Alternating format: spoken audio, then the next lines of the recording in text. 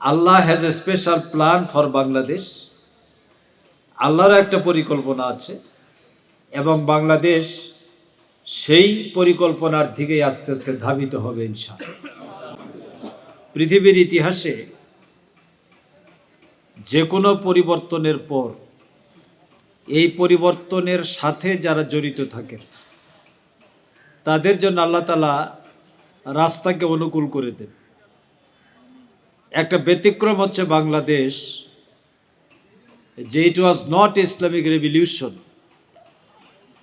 জুলাই এবং আগস্টে যা ঘটেছে এটা ইসলামী বিপ্লব ছিল না, কিন্তু এ পার্ট অফ দিস মুভমেন্ট ইসলামী আন্দোলন, এই আন্দোলনের একটি অংশীদার হিসেবে জামাত ইসলামী এবং ইসলামী ছাত্র শিবিরের যে ভূমিকা, সেই ভূমিকাই আজকে বাংলাদেশের এই পরিস্থিতিকে আমাদের জন্য অনুকূল করে দিয়েছে। এটা আল্লাহ তাআলার একান্ত মেহেরবানি। কারণ কোন একটা রাজনৈতিক দলের নেতৃত্বে যদি পরিবর্তন হতো তাহলে সেই পলিটিক্যাল পার্টি ব্যতীত আর কেউ এই আনুকূল্যের কোনো সুযোগ লাভ করতো না। এটাই অতীত ইতিহাস। কিন্তু আল্লাহ তাআলা কোনো রাজনৈতিক দলের মাধ্যমে পরিবর্তনটা করার নাই, করিয়েছেন এমন কিছু লোকের মাধ্যমে যারা সকল দলের, যারা দেশের, এবং তাদের পেছনে ছিল বাংলাদেশের সকল শ্রেণী পেশা এবং রাজনৈতিক ব্যক্তিত্ব। সুতরাং ক্রেডিটটা এককভাবে কোনো রাজনৈতিক দলের নেওয়ার কোনো সুযোগ নেই। এর থেকে বোঝা যাচ্ছে Allah has a special plan for Bangladesh. আল্লাহর একটা পরিকল্পনা আছে এবং বাংলাদেশ সেই পরিকল্পনার দিকেই আস্তে আস্তে ধাবিত হবে ইনশাআল্লাহ। আমি শুধু কয়েকটি মৌলিক পয়েন্টের উপরে কথা বলবো। আমি জাস্ট আমার অনুভূতিটাকে ব্যক্ত করতে চাই। ইসলামী আন্দোলন ইমানের অপরিহার্য দাবি বলতে আমি কি বুঝি? আল্লাহ রাব্বুল আলামিন ইসলামী আন্দোলনকে আমাদের জন্য ফরজ করেছে। এটা নফল বা সুন্নত বা ফরজে কিফায়া নয়, এটা ডাইরেক্ট ফরজ। আন আকিমুদ্দিন, তোমরা দিন কায়েম করো, ডাইরেক্ট আল্লাহ তাআলার নির্দেশ। সুতরাং দিন যেখানে প্রতিষ্ঠিত নেই সেখানে দিনকে প্রতিষ্ঠিত করা ইমানের অপরিহার্যতা। এখানে কম্প্রোমাইজ করার কোনো সুযোগ নেই। বাংলাদেশের দিন means Islamic system of life is not established here in all sphere or part of the state, personal and economical life. কোনো জায়গায় প্রতিষ্ঠিত নেই, কোনো জায়গায় প্রতিষ্ঠিত নেই। কাজেই এই দিনকে প্রতিষ্ঠিত করা যতক্ষণ প্রতিষ্ঠিত না হবে ততক্ষণ সংগ্রাম করতে হবে। প্রতিষ্ঠিত হয়ে গেলে প্রতিষ্ঠিত রাখার জন্য চেষ্টা করতে হবে। তাহলে প্রথম বক্তব্য তো ক্লিয়ার, বাংলাদেশে ইসলাম বিজয়া প্রতিষ্ঠিত নাই, সুতরাং এখানে দিনকে প্রতিষ্ঠিত করতে হবে। দিন বলতে তো একটা বিরাট বিষয়। আল্লাহ রাব্বুল আলামিন দিনের যে ডেফিনেশন দিয়েছেন, ইন্নাদ দীনা ইনদাল্লাহিল ইসলাম, নিশ্চয়ই আল্লাহর নিকট গ্রহণযোগ্য একমাত্র জীবন ব্যবস্থা হলো ইসলাম। ইসলাম ছাড়া অন্য কোনো জীবন ব্যবস্থা আল্লাহ তাআলা গ্রহণ করবেন না। যদি কোনো ব্যক্তি এটা করে যে ইসলাম বিদ্যমান থাকা অবস্থায় অন্য কোনো আদর্শকে সে গ্রহণ করেছে, অহুয়া ফিল আখিরাতি মিনাল খাসিরিন, আল্লাহ তাআলা সেটা গ্রহণ করবেন না। কিয়ামতের দিন সে ক্ষতিগ্রস্তদের মধ্যে সামিল হয়ে যাবে। দেখেন আমরা কত বড় ঝুঁকির মধ্যে আছি। বাংলাদেশে দিন অর্থাৎ ইসলাম বিজয়ী আদর্শ হিসেবে প্রতিষ্ঠিত নেই, ইসলামী সিস্টেম এখানে নেই। ফলে আমাদের যে পার্টটা লাইফের যে অংশটা ইসলামের সাথে রিলেটেড, জীবন ব্যবস্থার সাথে রিলেটেড, অথচ সেটা ইসলামী জীবন ব্যবস্থা নয়, সেটা আল্লাহ গ্রহণ করবেন না বলে দিয়েছে। আমার অর্থনীতি, ইসলামী ব্যাংকে টাকা রাখলেই ইসলামী ইকোনমি হবে না। কারণ ইসলামী ব্যাংকের কিছু অংশ শরিয়া মোতাবেক চলার চেষ্টা করে, তবে কমপ্লিটলি সেটাও মাঝখানে পারে নাই। এখন যদি চেষ্টা করে হয়তো বা কিছুটা পারবে, কারণ গোটা বাংলাদেশের ইকোনমি যতক্ষণ পর্যন্ত চেঞ্জ না হবে ততক্ষণ পর্যন্ত ইসলামী অর্থনীতির স্বাদ আপনি পাবেন না। কাজে হোল ইকোনমি যদি চেঞ্জ করতে হয় তাহলে আপনাকে ইসলামী স্টেট ছাড়া আর কোনো উপায় নেই। বাংলাদেশ, আপনার পকেটে যে টাকার নোটটা আছে, এই নোটের মধ্যে লেখা আছে বাংলাদেশ ব্যাংক। বাংলাদেশ ব্যাংক তো ইসলামী ব্যাংকিংয়ে চলে না, সুতরাং এই নোটটাই তো হচ্ছে ওয়ান ইসলামী নোট। এই নোটের মাধ্যমে আপনি যত লেনদেন করছেন এইটা ইসলামী জীবন ব্যবস্থাকে রিপ্রেজেন্ট করে না।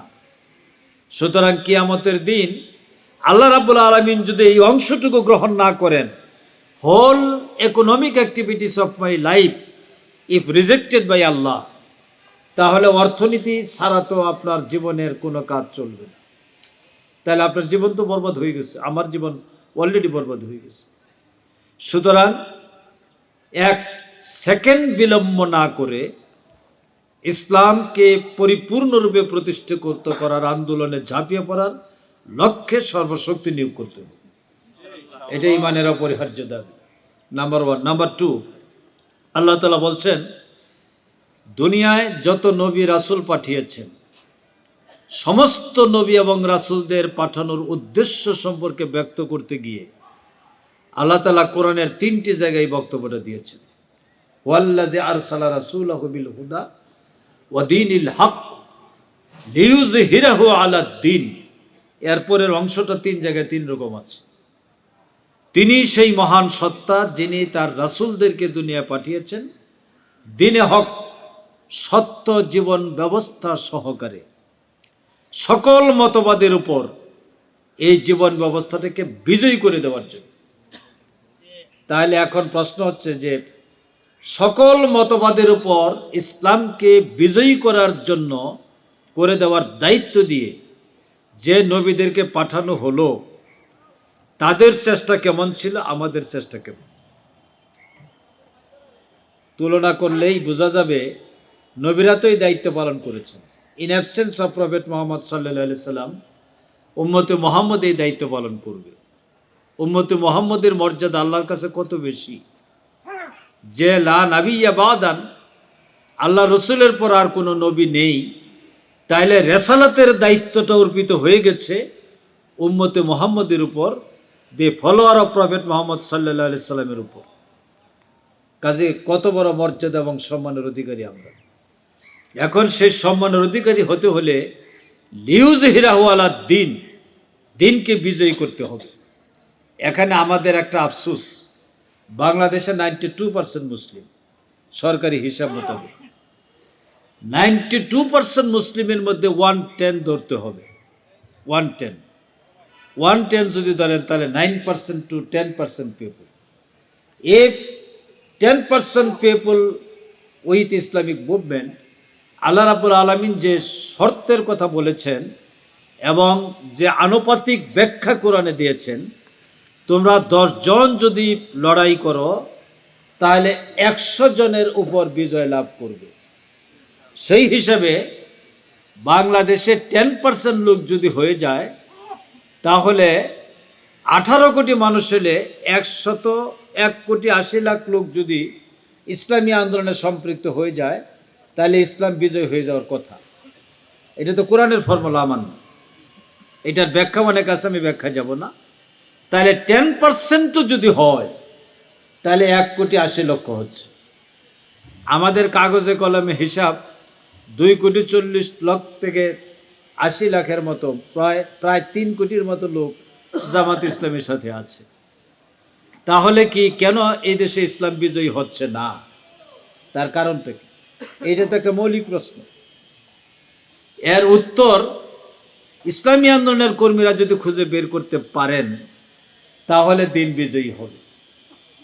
তবে একটা পার্ট বোঝা যাচ্ছে, ইসলামের যে বক্তব্য, সেই বক্তব্যটা হলো to create some leadership, to build up some leadership, নেতৃত্ব তৈরি করে। আল্লাহ রসুল সাল্লাল্লাহু আলাইহি সাল্লাম নেতৃত্ব তৈরি করেছিলেন।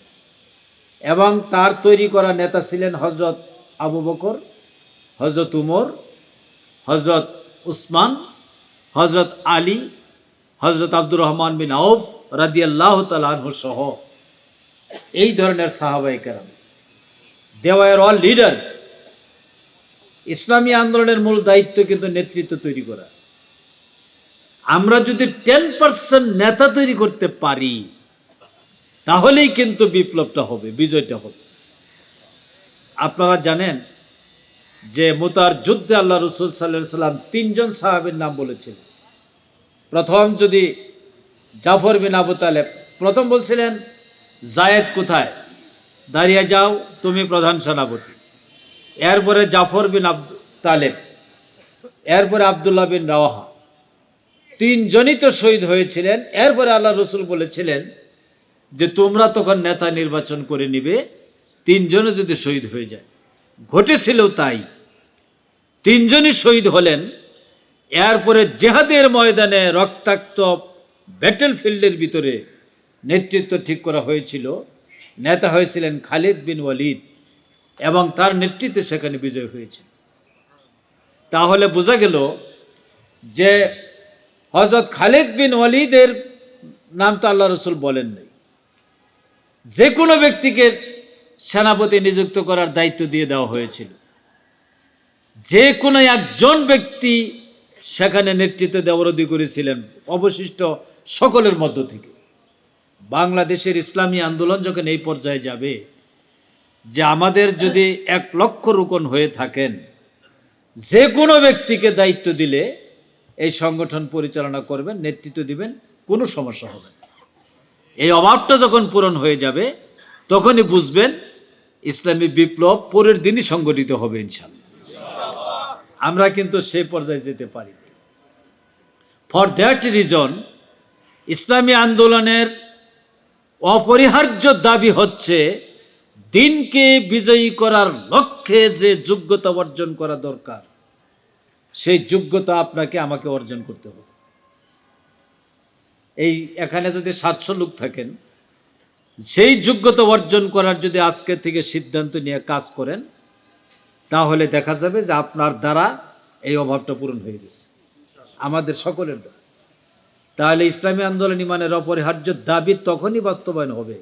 এটা কোরআনের আয়াত মুখস্থ করে বক্তৃতা দিয়া মানুষকে ঝাঁপাই পড়া আহ্বান জানায় কোনো লাভ হবে না। এটা সাময়িক, জোয়ারের পানির মতো লোকেরা আসবে, আবার কিছুক্ষণ পরে তার ভাটা শুরু হয়ে যাবে। এটা হবে না। এই জন্য my dear brother, the spirit of Islam to establish and victory of Islam by the verses of this Quran. কোরআনের এই অংশের দাবি হচ্ছে দিনকে বিজয়ী করার লক্ষ্যে আপনার যোগ্যতা অর্জন করার মাধ্যমে ভূমিকা রাখতে হবে, তাহলে ইমানের দাবিটা পূরণ হবে। তখন ইসলামী আন্দোলনের যে হক, সেই হকটা বাস্তবায়ন হবে। নাম্বার 3, আল্লাহ রাব্বুল আলামিন বলছেন এবার হলো মানবতার মুক্তির জন্য আন্দোলন করতে হবে। পৃথিবীতে আমার জানা মতে এই পর্যন্ত 469টি আন্দোলন সংগ্রাম বিশ্বব্যাপী হয়েছে। 469টি গণ আন্দোলন, বিপ্লব বলেন, যাই বলেন, সারা ওয়ার্ল্ডে হয়েছে। কোনো আন্দোলনের মাধ্যমেই মানবতার মুক্তি হয় নাই। একটি আন্দোলন 1917 সালে হলো। সেই আন্দোলনে 20 লক্ষ লোক মারা গেল এবং সেটা হলো বলশেবিক বিপ্লব রাশিয়ায়। আর এটাকে টিকিয়ে রাখার জন্য 60 লক্ষ মানুষের জীবন গেল। কিন্তু এই মতবাদ টিকে ছিল মাত্র 72 বছর। এটার কবর রচনা হয়ে গেছে এবং যার হাতেই কবর রচনা হয়েছিল তার বাবা সমাজতান্ত্রিক বিপ্লব যখন হয়, সেই বিপ্লবে তিনি রাষ্ট্র কর্তৃক নিহত হয়েছিল। তখন সে কিশোর, সে বলল যে আমার বাবাকে যে রাষ্ট্র হত্যা করেছে, এই রাষ্ট্র যদি মানবতার মুক্তি দিতে না পারে তাহলে আমি ব্যবস্থাটাকে হত্যা করে দেব। এই প্রমিস নিয়ে তিনি কাজ করলেন, যোগ্যতা অর্জন করলেন, ইকোনমিক্সের প্রফেসর হইলেন, এক সময়ে রাশিয়ার অর্থাৎ সোভিয়েত ইউনিয়নের প্রধান রাষ্ট্রপতি হয়ে গেলেন। তার নাম হলো মিখাইল গর্বাচেভ। তিনি যখন দেখলেন এই সমাজতন্ত্র যেটা আমার বাবাকে হত্যা করেছে, সেই সমাজতন্ত্র মানবতার মুক্তি দিতে পারছে না, তখন তিনি একটা তত্ত্ব আবিষ্কার করলেন, তার নাম দিলেন গ্লাসনোস্ট পেরেস্ত্রয়িকা। এই মতবাদ ধ্বংস, নষ্ট, এটিকে পরিবর্তন করতে হবে। রাশিয়া এই বক্তব্যের ভিত্তিতে পরিবর্তন হলো, সমাজতন্ত্র পরাজিত হলো, সোভিয়েত ইউনিয়ন ভেঙে গেল। তাহলে দেখেন, একটা লোক তার বাবার হত্যার প্রতিশোধ নিয়েছিল একটা মতবাদের কবর রচনার মাধ্যমে। আমি ইকোনমিক্সের ছাত্র, এই বিষয়ের উপর আমি পড়াশোনা করেছি এবং হিস্ট্রি অফ সোশ্যালিস্টিক ডেভেলপমেন্ট আমার পার্ট ছিল। তখন আমি অবাক হয়েছি, অনার্সে যখন এই বিষয়ের উপর পড়া হয়, গর্বাচেভের এই তত্ত্ব ওই বছরই 1988-89 যখন এই মতবাদের পতন হয়, তখন আমি মাস্টার ডিগ্রি ছাত্র রাজশাহী বিশ্ববিদ্যালয়ে অর্থনীতিতে।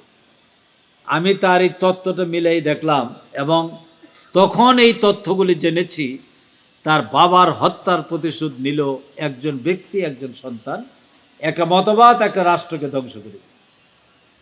তাহলে 60 লক্ষ লোকের জীবন বিপন্ন হয়েও মানবতার মুক্তি। এরপরে আসি, আরেকটি বিপ্লব হয়েছিল আলজেরিয়াতে, 1 কোটির উপর মানুষ নিহত হয়েছিল, পরিবর্তন হয়নি। আরেকটি বিপ্লব হয়েছে ইরানে, এইটা মোটামুটি টিকে আছে। 1979-এর 7ই ফেব্রুয়ারি, এই যে সামনে 7ই ফেব্রুয়ারি আসতেছে, 6ই ফেব্রুয়ারি হইল শিবিরের প্রতিষ্ঠা বার্ষিকী, 1977 সালের 6ই ফেব্রুয়ারি, আর 79 সালের 7ই ফেব্রুয়ারি ইরানে এই রেভলিউশনটা হয়েছিল in the name of Islam. The wall of the alim and intelligentsia, the Islamic scholars and personality, and well thinker, the Quranic personality were assembled together under the banner of Islam, and they have given their blood to establish Islamic system of life in Iran. But Ayatollah Khomeini, তিনি ফ্রান্সে নির্বাসিত জীবনযাপন করছিলেন, আলেমদের ডাকে বিপ্লব হয়ে গেল এবং সেই বিপ্লবে কত লাখ লোক মারা গেছে আমি জানি না, একদিনে 50,000 লোক মারা গিয়েছিল, শহীদ হয়েছিল। রক্তের প্লাবনে ইরানের রাজধানী তেহরান ড্রেন পর্যন্ত বৃষ্টির পানির মতো ড্রেন দিয়ে রক্ত প্রবাহ হয়েছে। সেনাবাহিনীর মধ্যে পরিবর্তন হয়েছিল এবং পরদিন সেনাবাহিনী বিদ্রোহ করেছিল। এই আত্মদানকারী শহীদ পরিবারের লোকেরা যখন প্রসেশন বের করেছে, মিছিল, যুবক, বৃদ্ধ, শিশু, কিশোর, তরুণ, তরুণী সবাই রাস্তায় নেমে এসেছে। কে কার আগে যাবে? যুবকরা বৃদ্ধদেরকে ধাক্কাচ্ছে, আপনারা পিছনে যান, আমরা সামনে যাব, কারণ আমরা নবীন, আমরা শহীদ হলে জাতির অভিজ্ঞতার কোনো কমতি হবে না, আপনারা প্রবীণ, অভিজ্ঞতা দিয়ে রাষ্ট্র চালাবে। আর বৃদ্ধরা বলতেছে আমরা তো এমনিই মারা যাব, বয়স হয়ে গেছে, আমরা শহীদ হতে চাই, তোমরা পিছনে থেকো। এই লড়াই করতে করতে মিছিল চলছে এবং এগিয়ে গেল মিছিল। সেনাবাহিনীকে অর্ডার করা হলো হামলা করো, স্ট্যান্ড গান, মেশিন গান এবং আরও বহুত কামান নিয়ে তারা বিপরীত দিক থেকে, ক্যান্টনমেন্ট থেকে আসছিল মিছিলের দিকে। আর কালেমা তাইয়্যিবার পতাকা নিয়ে শিশু, কিশোর, তরুণ, তরুণীরা সামনে অগ্রসর হচ্ছে। যখন দেখছে ট্যাঙ্ক দেখা যাচ্ছে আর সেই কামান দেখা যাচ্ছে, কিছুক্ষণের মধ্যেই আমাদের বুকে গুলি করা হবে, আমরা শহীদ হয়ে যাব, তখন তারা কালেমা পড়তেছে। ঠিক এই সময় সেনাবাহিনীর মিছিল ভিতরে ঢুকে গেল আর সেই মিছিলকারীদের হাত থেকে কালেমার পতাকা তুলে নিয়ে তারা ট্যাঙ্কের বন্দুকের মাথায় লাগিয়ে দিয়ে বলল, আমরা তোমাদের সাথে একাত্মতা ঘোষণা করলাম। মাত্র 3 মিনিটের মধ্যে ইরানে ইসলামিক রেভলিউশন হয়ে গেল। ইরানের বাদশাহ শাহ, তিনি পালানোর চেষ্টা করে পারছেন না। আমেরিকা সৌদি আরবকে বলল যে প্লিজ সেভ মাই ফ্রেন্ড। তারপরে সৌদি আরব সামরিক হেলিকপ্টার দিয়ে ইরানের সেই রাজপ্রাসাদ থেকে আকাশপথে তাকে তুলে নিয়ে ইরান আর সীমানার বাইরে নিয়ে গেছে। কাজেই বাংলাদেশে তো 17 দিনের পরিবর্তন, আর ইরানে মাত্র 3 ঘন্টায় পরিবর্তন হয়েছে। যদি আমরা পারি লিউজহিরাহু আলা দ্বীন, দিনকে জীবন বিজয়ী করার জন্য, মানবতার মুক্তির জন্য সেই আন্দোলনের সবাইকে যদি ঐক্যবদ্ধ করতে পারি, তাহলে বাংলাদেশে একই অবস্থা হবে। সেই অবস্থাটা তৈরি করতে হলে মানবতার মুক্তির স্লোগান ত্বরান্বিত করতে হবে। এটা পৃথিবীর কোনো মতবাদ পারে নাই, ইরান পেরেছিল, ইরান টিকে আছে। বহু রক্ত দিতে হয়েছে তাদের, এখনো দিতে হচ্ছে। প্রেসিডেন্ট শহীদ হয়ে গেলেন ইহুদিদের ষড়যন্ত্রে এবং আমেরিকার সহযোগিতায়। এরপরে হামাসের নেতা শহীদ হয়ে গেলেন ইহুদি এবং আমেরিকার সহযোগিতায়। কাজেই এরকম বহু রক্তাক্ত অধ্যায় পেরিয়ে মানবতার মুক্তির স্লোগান যখন পরিচিতি লাভ করবে, এটা ছাড়া আর কোনো পথ নাই, তখনই মানুষ এই পথে আসবে। এই কথাটাই কোরআনে আল্লাহ বলছেন, ওমা লাকুম লা তুকাতিলুনা ফি সাবিলিল্লাহ, তোমাদের কি হলো, কেন তোমরা আল্লাহর পথে লড়াই করছো না? অথচ কত নারী, কত পুরুষ, মানুষ নির্যাতিত হচ্ছে আর ফরিয়াদ করে বলছে, হে আল্লাহ, আমাদেরকে এই কঠিন জনপদ থেকে উদ্ধার করে নিয়ে যাও, আর তোমার পক্ষ থেকে আমাদের কাছে সাহায্যকারী পাঠাও। এটা ফার্মলি বিলিভ ইট, আপনাকে গভীরভাবে বিশ্বাস করতে হবে আর সিরিয়াসলি আগাইতে হবে। আমার মনে হয় একজন ব্যক্তির আনপ্যারালাল পার্সোনালিটি অ্যান্ড মুভমেন্ট একটা বিপ্লবকে এগিয়ে নিয়ে যায়। হযরত নবী করিম সাল্লাল্লাহু আলাইহি সাল্লাম যখন দাওয়াত দিচ্ছিলেন, তার ব্যক্তিত্বের ক্ষিপ্রতা দেখে বুখাইরা নামক একজন ব্যক্তি, সে বলছিল, অনেক বড় ব্যবসায়ী সে আরব জাহানে, সে বলছিল, যদি এই যুবকের মতো একজন যুবক আমি আমার সঙ্গে পেতাম, তাহলে সমগ্র আরব জাহানকে আমি পরিবর্তন করে দিতাম। কাজেই বিপ্লবী মানুষের বিপ্লবী চরিত্র থাকতে হবে, আর বিপ্লবী অ্যাক্টিভিটিসও থাকতে হবে।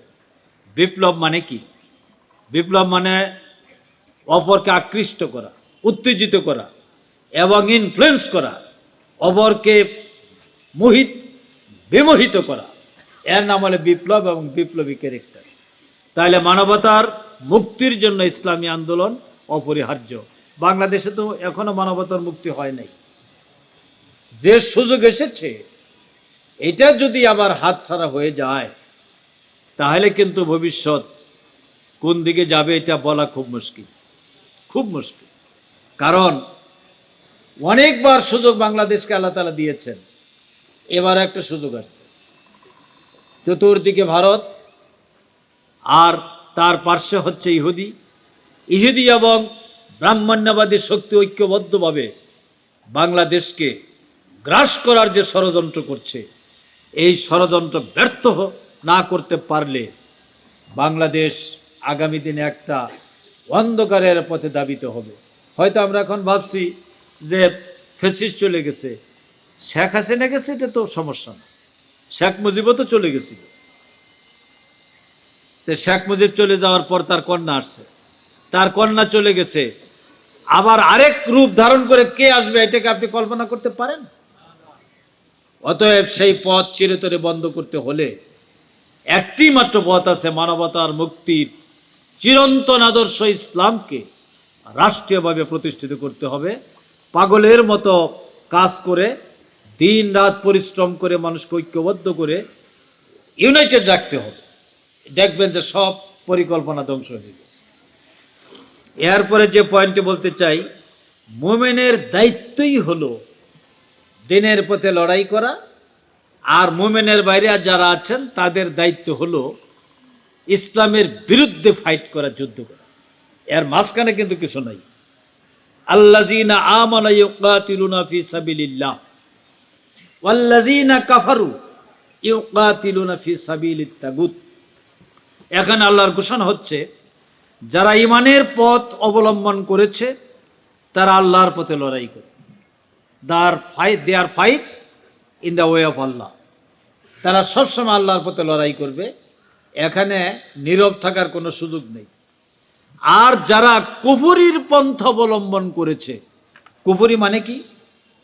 কুফরি মানে হলো যে এটা একটা ইসলামের বাইরে ইসলামকে বিরোধিতা করার যে পন্থাটা, প্রিন্সিপাল অফ কুফর, এই নীতি যারা গ্রহণ করেছে তাদের চেষ্টা হলো তারা লড়াই করবে তাগুদের পথে। তাগুদ মানে কি? তুগিয়ান থেকে তাগুদের উৎপত্তি। নদীর স্বাভাবিক পানি যখন চলে, এই নদীর পানি সবার জন্য উপকারী। নদীতে গোসল করি, পানি পান করি, নদীর পানিতে কাল্টিভেট করা হয়, নদী খুব উপকারে আসে। কিন্তু এই সীমা অতিক্রম করতে করতে নদীর পাহাড়ের তীরের অতিক্রম করে উপর দিয়ে পানি যখন বাইরে এসে ক্ষতিগ্রস্ত হয়, এই ক্ষতিগ্রস্তটাই হলো যেমন ডেঞ্জারাস, তেমনি তাগুদের নীতি হইল কুফরের নীতি হলো স্বাভাবিক। তুমি বিরোধিতা করছো, অস্বীকার করছো, অসুবিধা নেই। কিন্তু তাগুদ করে কি এটা অস্বীকার নয়, তারা ক্ষতি করতে চায়। এই ক্ষতিটা যাতে করতে না পারে, এই জন্য ইসলামী আন্দোলনের কর্মীদেরকে তাদের বিরুদ্ধে সবসময় লড়াই করতে থাকতে হবে। এটা হলো কোরআনের নির্দেশ। এই সেন্স নিয়ে কিন্তু আমরা কেউ দায়িত্ব পালন করতে পারছি না। এটা আমার একটা অবজারভেশন যে আমরা এই ধরনের দায়িত্ব পালনকারী ব্যক্তিরা কোনোদিনও দুনিয়াতে স্বাভাবিক জীবনযাপন করতে পারবে না। সবসময় তাদেরকে লড়াইয়ের বেশে থাকতে হবে, সৈনিক বেশে থাকতে হবে, আরাম করার সময় তাদের নেই। ইসলামী আন্দোলনের কর্মীদের জন্য আরাম কখনো হয়েছে এরকম দৃষ্টান্ত কোথাও কেউ দিতে পারবে? সাহাবায়ে কেরামদের জীবনী দেখেন, শত শত দৃষ্টান্ত দেওয়া যাবে। সেই বিশ্লেষণ আমি শেষের দিকে করার চেষ্টা করব ইনশাল্লাহ। তাহলে মুমিনের দায়িত্বই হলো দিন প্রতিষ্ঠার জন্য লড়াই, আর কাফেররা তাগুত প্রতিষ্ঠার জন্য লড়াই করে তাগুদের বিরুদ্ধে সবসময় কাজ করে যেতে হবে। এটা হলো ইমানের দাবি, এই দাবি পালন করতে হবে। এরপর হচ্ছে নেক্সট যে পয়েন্টটা, সেটা হলো জাহান্নামের আযাব থেকে মুক্তি। এই আয়াতটা তো সবারই মুখস্থ আছে, ইয়া আইয়ুহাল্লাযীনা আমানু হাল আদুল্লুকুম আলা তিজারা তুনজিকুম মিন আযাবিন আলীম। এমন একটা ব্যবসার কথা কি আমি তোমাকে শিক্ষা দিব যা জাহান্নামের আযাব থেকে তোমাকে মুক্তি দিবে? তাহলে ডাইরেক্ট জাহান্নামের আযাব থেকে মুক্তি দিতে পারে যে জিনিসটি, তার নাম হচ্ছে ইসলামী আন্দোলন। ওয়াতুজাহিদুনা ফি সাবিলিল্লাহ, আল্লাহর পথে লড়াই করো, বিআমওয়ালিকুম, সম্পদের মাধ্যমে, ও আনফুসিকুম, জান দিয়ে। জান এবং মাল দুটোর কথাই কিন্তু বলা হয়েছে। ইসলামী আন্দোলনে জান, শুধু জান দিবেন তা হবে না, শুধু মাল দিবেন আর বসে বসে দেখবেন যে আমার বিরাট শিল্পপতি 1 কোটি টাকা দিয়ে দিল। এই ধরনের ফরমাইশি ইসলামী আন্দোলনের কোনো অস্তিত্ব কোরআন হাদিসে নাই। আপনাকে জানও দিতে হবে, মালও দিতে হবে। আপনি টাকা দিয়ে খালাস, লড়াইয়ের ময়দানে যাবেন না, বুলেট কোন সময় বুকে লাগে এই ভয়ে আপনি নামবেন না, ফাঁসির রজ্জু কখন গলায় লাগে এই ভয়ে আপনি মামলার হয়রানির শিকার হবেন না, পুলিশের রিমান্ডে কখন আপনার হাত পাটা ভেঙে যায় এই আতঙ্কে আপনি দিশেহারা, এটার সেন্স কিন্তু কোরআন বলে নেই। Life is the name of a struggle, জীবন একটা যুদ্ধের নাম। আর মুমিনের জীবনটা তো যুদ্ধ ছাড়া আর কিছুই না। আল জান্নাত তাহাতে জিলালি সুইফ, জান্নাত তরবারি ছায়াতলে অবস্থিত। তরবারি মিন্স, তরবারি একটা শক্তির নাম, যুদ্ধের একটা সিম্বলের নাম। অর্থাৎ আপনাকে সবসময় যুদ্ধের ভাবেই থাকতে হবে, মেজাজেই থাকতে হবে। এই মেজাজে থাকা অবস্থায় আপনাকে চলে যেতে হবে দুনিয়া থেকে। আসল পুরস্কার তো পরকাল। দুনিয়া তো আপনার কাজের জায়গা, কাজের মধ্যে যদি কেউ বিশ্রাম নেয় তাহলে তার কাজের সময় নষ্ট হয়ে যাবে, প্রস্তুতির সময় নষ্ট হয়ে যাবে। অতএব আমাদের সেন্সটাই একটু পাল্টাই ফেলতে হবে। আমি যেটা বলছিলাম, জাহান্নামের আযাব থেকে মুক্তির লক্ষ্যে আমাদের ইসলামী আন্দোলন করতে হবে। এরপরে আসি ইমানের পরীক্ষা জন্যই ইসলামী আন্দোলন। পৃথিবীতে কোনো ব্যক্তি, যে ব্যক্তি এই কথা বিশ্বাস করেছে আমি আল্লাহর প্রতি ঈমান আনলাম, আমা নাকামু মিনহুম ইল্লা আইয়ুমিনু বিল্লাহিল আজিজিল হামিদ, এই ব্যক্তিদের অর্থাৎ যারা আল্লাহর প্রতি ঈমান এনেছে, বিশ্বাস করেছে, তাদের একমাত্র অপরাধ এটাই। আর এই কারণে তাদের উপর জুলুম করা হয়েছে। এই জুলুমের দৃষ্টান্ত তো বহু দেওয়া যাবে, একটা দুইটা না। কিছু সংখ্যক লোক সকল যুগে, সকল এইজে, সকল জেনারেশনে থাকে, যাদের জীবনটাই অপরকে অনুপ্রাণিত করে। আমার সর্বশেষ বক্তব্য হলো, ওয়ালতাকুম মিনকুম উম্মাতুন ইয়াদউনা ইলাল খায়র ওয়া ইয়ামুরুনা বিল মা'রুফ ওয়া ইয়ানহাউনা আনিল মুনকার। একটা দল তোমাদের মধ্যে থাকতেই হবে, সব সময় থাকবে, যারা মানুষকে ভালোর দিকে আহ্বান জানাবে।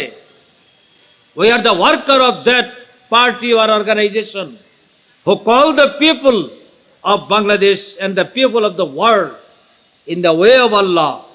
আমরা সেই দলে সম্পৃক্ত হওয়ার সুযোগ পেয়েছি। আর যারা সৎ কাজের আদেশ দিবে, অসৎ কাজ থেকে বিরত রাখবে। এই ইমানের দাবি পূরণ করতে হলে অবশ্যই ইসলামী আন্দোলন করতে হবে।